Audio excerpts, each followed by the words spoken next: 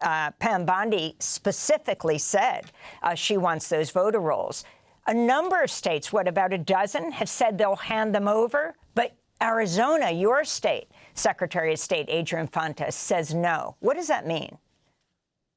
Well, no means no. And what's happening in Wisconsin with that extortion letter, we'll take our gang off the streets if you hand us, this thing that we value, speaks again to what I said earlier. Look, if they were comfortable with their policies and they were excited about facing the public, they would love to have an election. They would love to have the states just running things the way they did. And the clip earlier where Donald Trump said, oh, 2020 was corrupt, but 2024 was okay.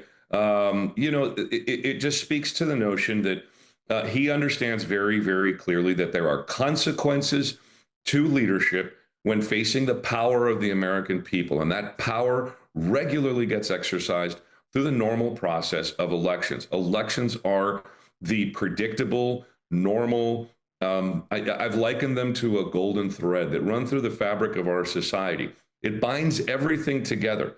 And what he's trying to do is pull that golden thread out and disintegrate the entire fabric of our society and throw us into chaos, unpredictability. And that's bad for business. It's bad for science. It's bad for the arts. It's bad for innovation. It's bad for, entrepreneurs. It's bad for everyone. This is a moment right now when, like here in Arizona, we should not be handing over any of our personal identifying information to the president. Not only should we not be doing it, but it's against the law for me to fulfill the request from the Department of Justice. But let me make one thing very, very clear here as well. The Department of Justice has never asked the state of Arizona, through my office or any other means that I'm aware of, for the regularly available voter list that is available through a public records request.